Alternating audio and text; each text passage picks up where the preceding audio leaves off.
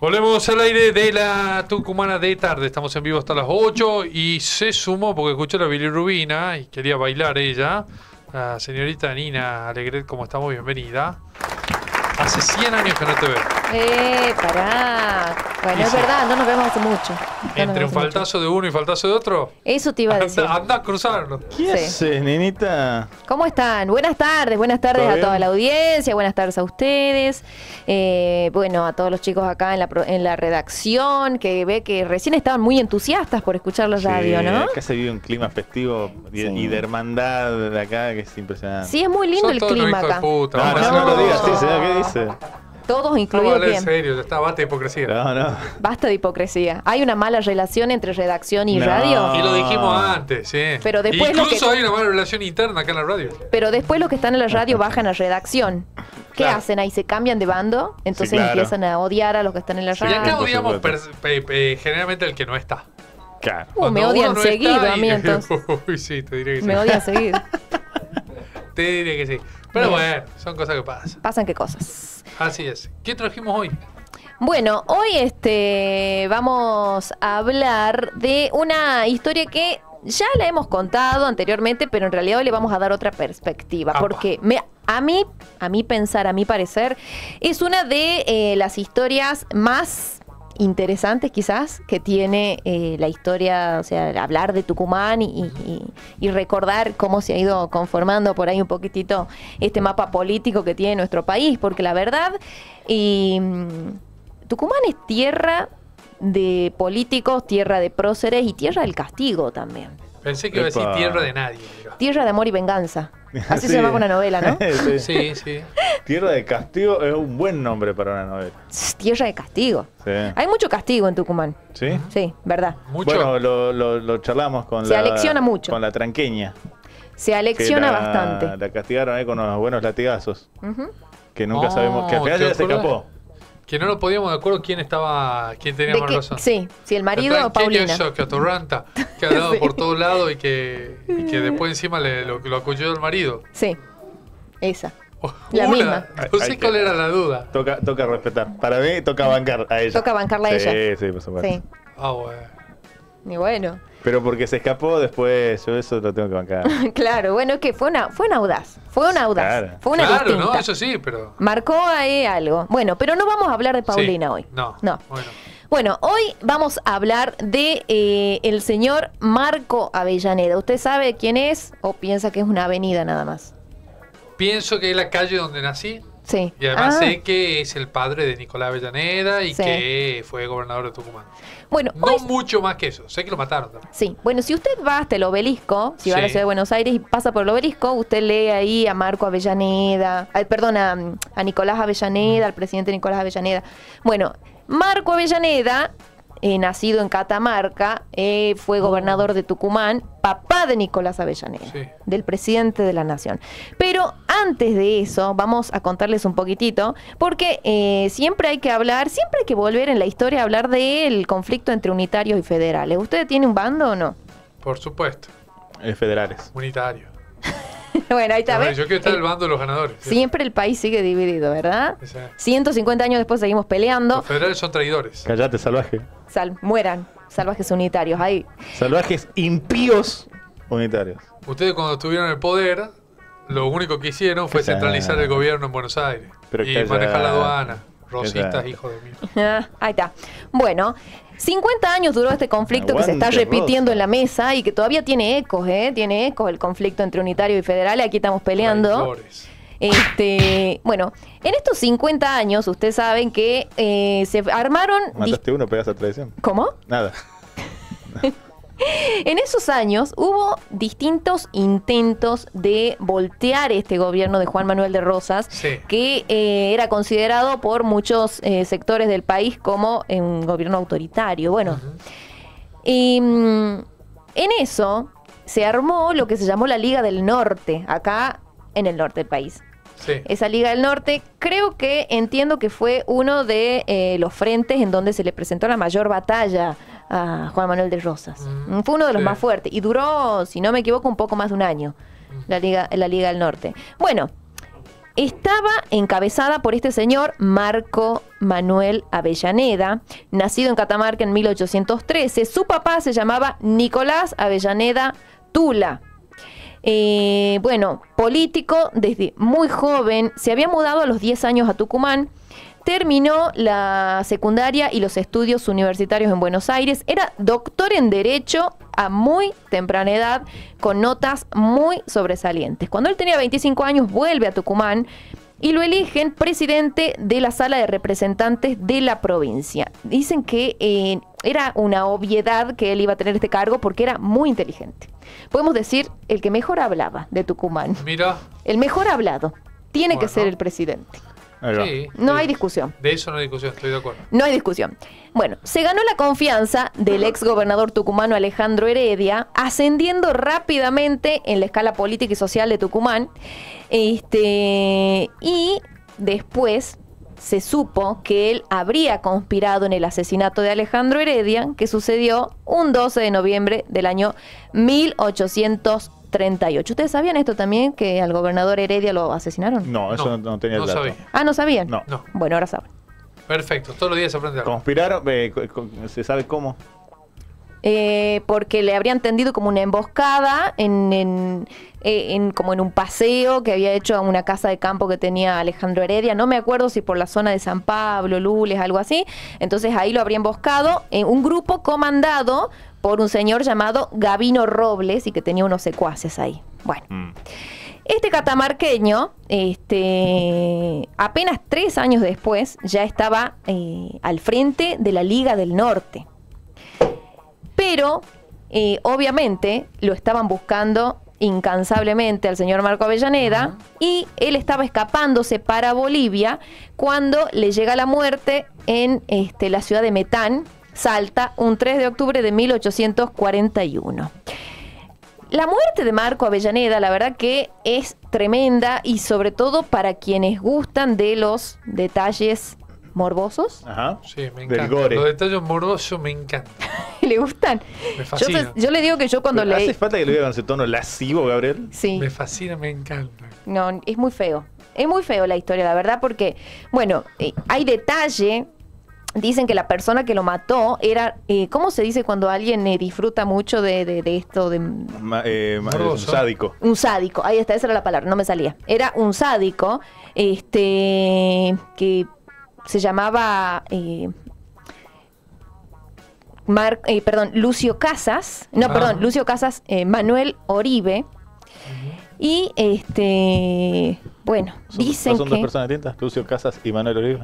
Lucio Casas fue el otro que fue degollado con Marco Avellaneda. Bien. Era también un compañero en la política, que recientemente además habían estado en la batalla de Famaillá, que en algún momento también hablamos de esto, que habían ganado la batalla, habían perdido la batalla de Famaillá junto al general Lavalle, y que después de esto ellos se escapan a Salta y ahí es donde lo agarran a Marco Avellaneda, a Lucio Casas, y que se describe que,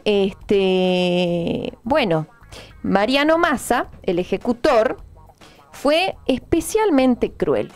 Se demoró un montón de tiempo en perpetrar la muerte de Marco Avellaneda, que consistió en una muerte por degollamiento. Es decir, le cortaron la cabeza. De a poquito. Pero así. yo le hago una pregunta. Con el filo de una hoja, un papel. Más o menos. Si a usted le cortaran la cabeza, ¿cómo le gustaría? Discúlpeme la pregunta así, un poco morbosa. No pero... no sería de mi preferencia me corten la cabeza. No, obvio, nadie quiere. Pero llegado el caso, y a sabienda de qué va a pasar, capaz que sí me gustaría que sea lento y que uno pueda ir experimentando sensaciones. Ah, o sea que además de sádico, usted ¿cómo se dice cuando alguien disfruta del dolor? No, También disfrutar, sádico. pero digo, ¿cuántas veces se muere uno? Cuando disfrutas del dolor propio, masoquista. Sí, masoquista, usted sería un masoquista. Un sadomasoquista. Ahí está. Sí. No, ponele. bueno, pero vos ¿cuántas veces pensás morir en esta vida? Una. Y bueno, ¿no te gustaría por lo menos decir, bueno, ya soy consciente, me estoy muriendo, a ver cómo es la muerte? No, yo prefiero tipo María Antonieta. Tac. Ya está. Sí, sí, totalmente. Sí, ¿verdad? Sí, bueno, sí, al pobre Marco Avellaneda, Mariano Massa se ocupó de degollarlo con un tajito, después con otro. A Marco le gritó: ¿qué está haciendo? Se está burlando de mí. Termine de una vez. ¿Es verdad que le cortó la cabeza con un cuchillo de untar manteca? Ponele, algo así, exactamente. Se fue tremendamente sádico. Además, también dicen que, ¿quién sabe más detalle? O es como que estamos en horario... Saber, ya que estamos, quiero saber. ¿Da los detalles o no? ¿Sí? Bueno, dicen que después de que le cortaron la cabeza, que el cuerpo se habría afirmado un rato y hasta habrían gateado. Epa. Bien morboso todo, así como digno de película de terror. Quedaron señales nerviosas ahí dando vueltas. Sí, y que el Mariano Massa se paseaba con la cabeza de Marco, que era ruludo, así como usted vio.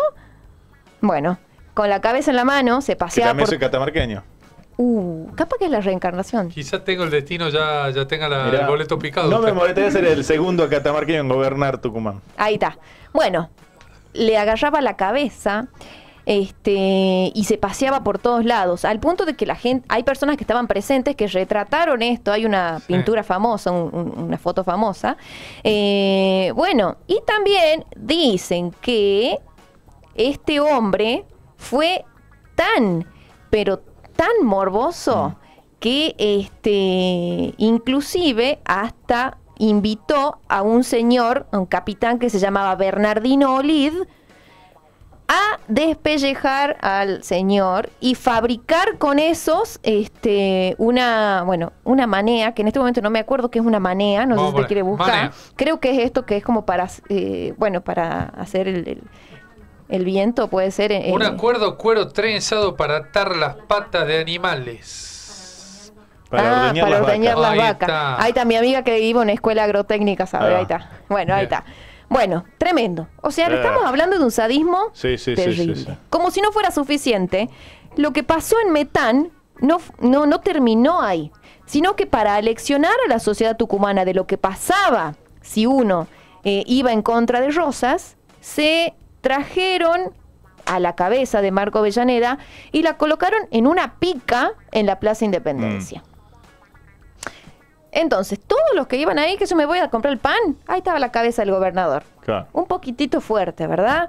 Sí. Bueno, y acá es donde entra la mujer de quien les voy a hablar hoy.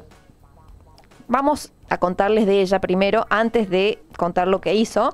Les voy a comentar un poquitito de quién hablo, de la señora Fortunata García. ¿Habían escuchado el nombre? También, por supuesto, hay calles que se llaman así. Claro. Hay una escuela también que se llama Fortunata García. Sí, bueno, Fortunata García descendía de una de las familias fundadoras de Tucumán.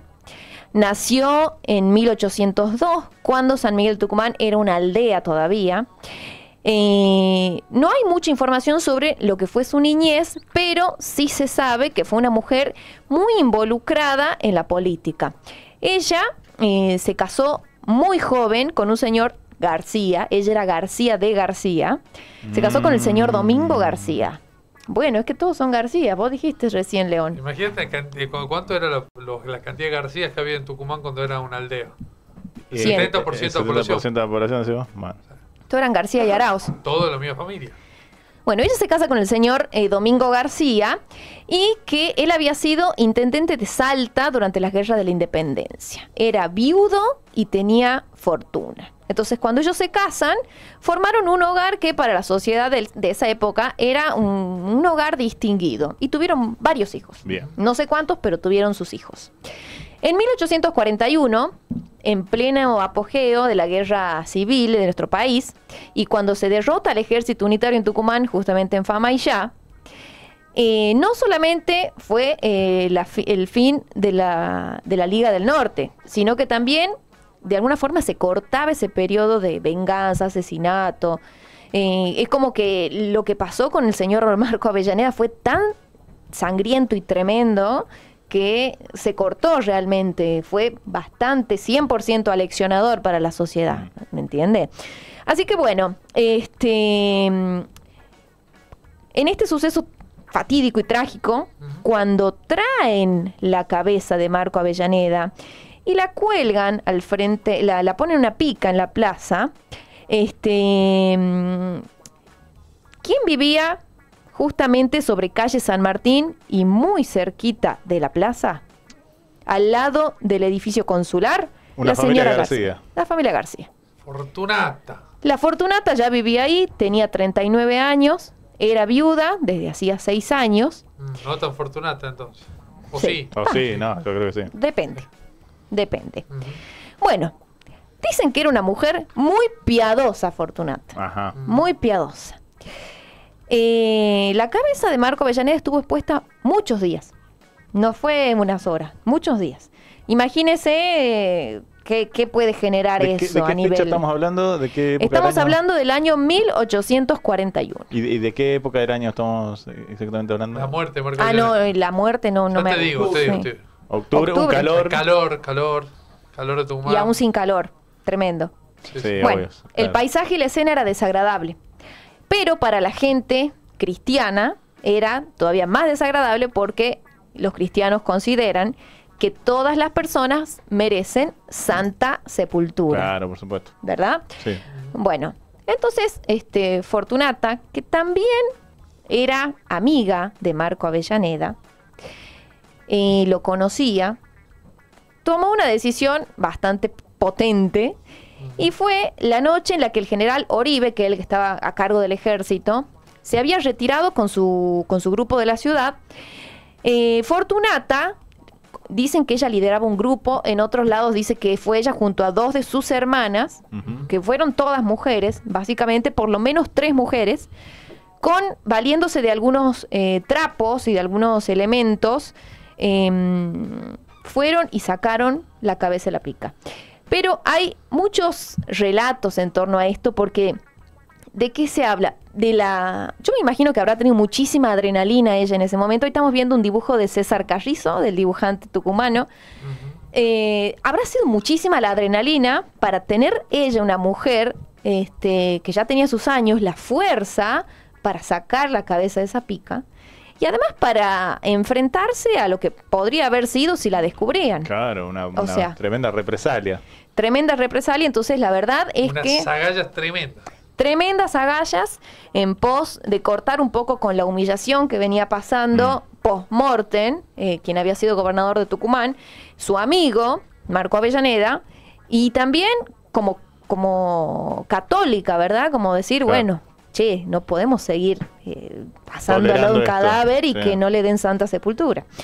Bueno, cuentan que se hizo al otro día una requisa en Tucumán buscando la cabeza de Marco Avellaneda.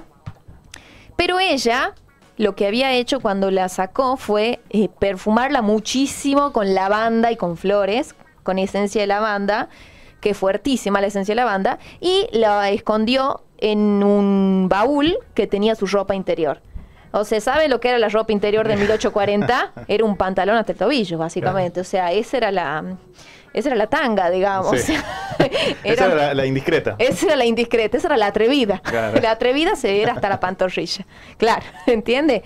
Así que sabe lo que era el cajón, no era el cajón de la ropa interior, ahí era un baúl de ropa interior, donde había corset, había el bombachudo, bueno, no sé. Etcétera. Eso es algo muy íntimo y muy privado. Ni siquiera una requisa de soldado va a hacer que le abran el cajón de los calzones a una mujer. No, aparte... Eran blanditos entonces los soldados. Hoy te revisan hasta el último... No, bueno, en ese momento les daba vergüenza. No les daba vergüenza cortar una cabeza, pero les daba vergüenza abrir el cajón de los calzones, ¿vio? Está bien, bueno. Además estamos hablando de una señora viuda que tiene un montón de hijos. Eso sí es verdad, sí. Discreta. Era gente con otros códigos, la verdad. Sí. Sí. Bueno, ¿qué pasó después de eso? Dicen que en ese momento, ella, después de que pasó la requisa, y cuando se calmó un poco todo... enterraron la cabeza del señor Nicolás Avellaneda en el templo de San Francisco. Primero la dejaron en el templo de San Francisco y después la enterraron en un cementerio local secretamente. Nunca dijeron estos son los restos de... Capaz que le pusieron acá descansa a León Torrente, no sé. ¿Verdad? Domingo García, el nombre de marido. Bueno, sí, ponele. Bueno, exactamente. Fortunata no volvió a casarse, siguió siendo viuda. También en la investigación de su historia Dicen que ella, durante las luchas civiles, agarró mensajes que venían en papeles de los unitarios y se los tragó. Así, los masticó y se los tragó. Cuando estaban por empezar una requisa por la zona, buscando papeles. Era una verdadera patriota. Si vos estabas quemando algo, ¿qué más? Pero si yo me trago algo, estoy comiendo. Claro. ¿Verdad? Exactamente. No, la verdad que era una señora tremenda. Ella, además, bueno, no sé si esto lo dijimos al aire o lo hablamos fuera de aire. Cuando pasó esto a Marco Avellaneda, él tenía un hijo, Nicolás, que tenía 4 años. Sí. Con los años se convirtió en presidente de la nación. Una vez presidente, Fortunata le hizo llegar los restos de su padre. O sea, en un acto realmente tremendo para imagínese, para el presidente. Que le hagan llegar los restos, que él pensaba que... Lindo regalo, digamos. Lindo, bueno. Sí, yo creo que sí. Te da paz. Porque hasta ahí no se sabía qué había pasado. ¿No fue inclusive el día que cumplió 4 años que lo matan a su padre? Sí, el mismo día que cumplía 4 años Nicolás Avellaneda, muere o es asesinado brutalmente. Isa nos tiró ese dato. Bueno. Isa nos tiró ese dato. Mira, es verdad, totalmente, el mismo día. Bueno, sí, eso no termina ahí. Mariano Massa, ¿se acuerdan quién era Mariano Massa? Sí, el que le cortaba muy lentamente. El sádico. Bien. Mariano Massa era hijo y hermano de 2 personas que fueron ejecutados un poquito después porque habían quedado complicadas en un complot contra Rosas. Mariano Massa se escapó al Uruguay para exiliarse después de la batalla de Caseros y él estaba ahí en el año 1879 cuando el dictador Latorre le encargó a un pintor un retrato de Marco Avellaneda para regalárselo a Nicolás. Ya le estoy hablando de 1879, es decir, ¿cuántos años después de la sádica muerte de Marco? ¿39 años? No, y un poco más también. No sé, estamos muy mal para las cuentas, ¿eh? ¿Qué año fue la muerte de 1841. Y bueno, sí, son 39. Son 38 años. Bueno, tenía 42 años el presidente y en ese momento este pintor le encarga un retrato de Marco Avellaneda para regalarle a Nicolás. ¿Y a quién le dan la tarea de, señor, usted tiene que llevarle esto al presidente de Argentina? ¿Al tipo que lo mató? Claro, pero no como vos que fuiste el asesino, no, sino como, vos que estás por ahí, vení, tenés una tarea, tenés que llevarle esto al presidente como de Argentina. Ignorando quién era el hombre. École, como no sabemos ni quién sos.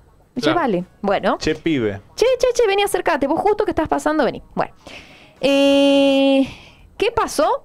Al día siguiente de llevarle este cuadro a Marco Avellaneda, a Nicolás Avellaneda, se muere de una apoplejía fulminante. Mentira. Sí. Anda a comprobar, anda a chequear de dónde vino esa apoplejía. ¿Completó la entrega? Completó la entrega. Pero escúcheme, se especula que la apoplejía fue un envenenamiento. Claro. Una venganza. Sí. ¿Cómo se llamaba el tipo? No. Mariano Massa. Mariano Massa. Sí. Y bien vengado, ¿eh? Bien vengado, ejecutado. Pero Nicolás, o sea, todos estaban al tanto de quién era el verdugo de Marco Avellaneda, menos quien lo mandó a hacer la tarea. Y él no dijo, che, no, si voy ahí en una de esas. No, es que bueno, se especula que fue un complot.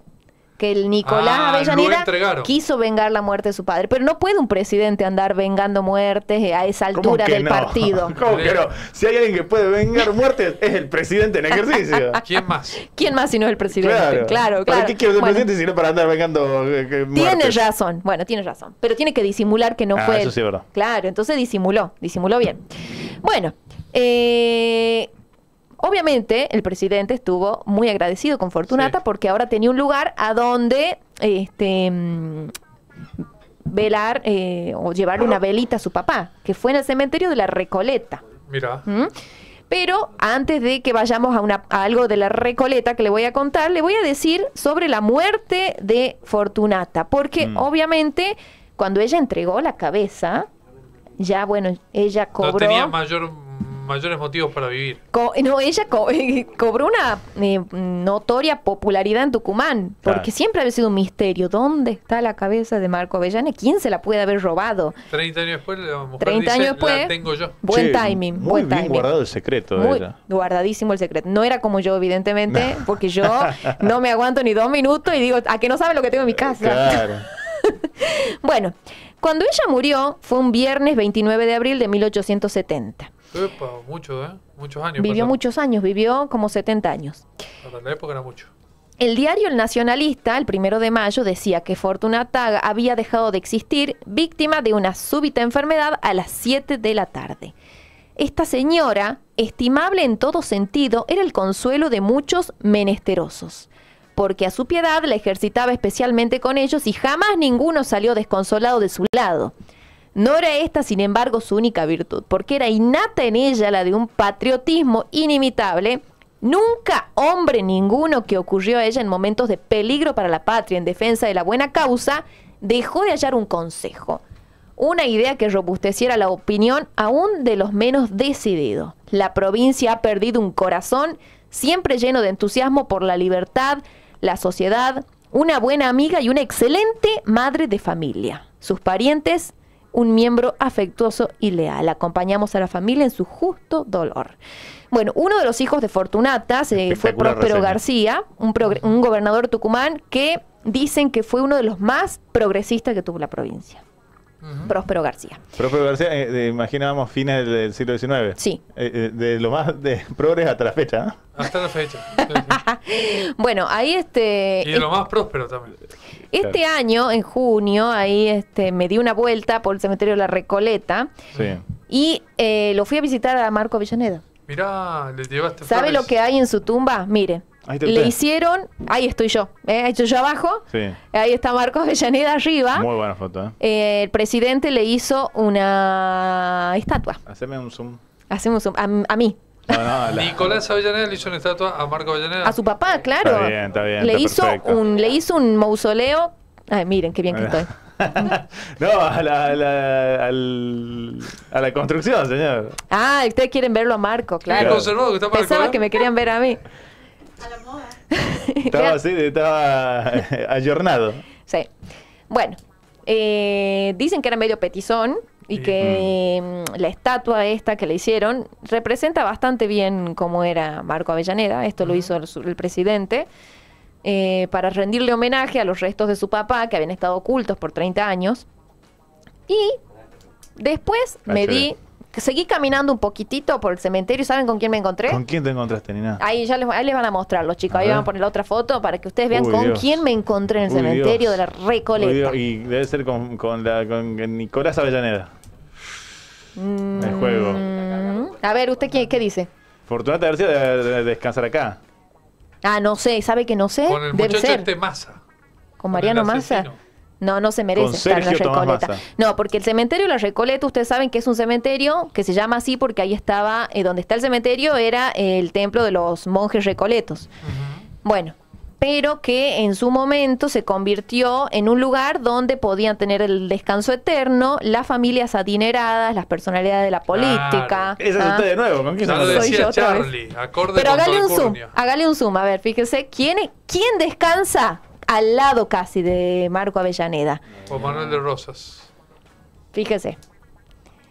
Bueno, no hay zoom todavía, pero ya vamos a tener el zoom y van a ver. Tengo que mandar porque yo le digo que hay que arreglar las cosas en vida, ¿sabe?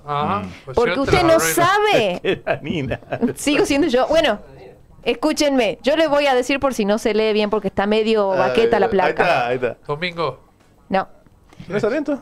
Ahí adentro está Juan Manuel de Rosas. Ahí está. Bueno. Esa es la tumba de Rosas. A Rosa le hicieron de todo después también los vengativos, ¿no? Pues Rosa, hoy una zona donde están los bosques de Palermo era la casa de Rosas. Sí. Ahí vivía, tenía una super quinta y no solo se le expropiaron, sino que la atravesaron con una avenida a la que después llamaron Sarmiento, que era uno de sus peores enemigos, en forma de venganza también. Mira vos. Lo mandaron a morir a Londres, bueno, le hicieron de todo. Creo que muere allá, ¿no? En Londres, si no me equivoco, sí.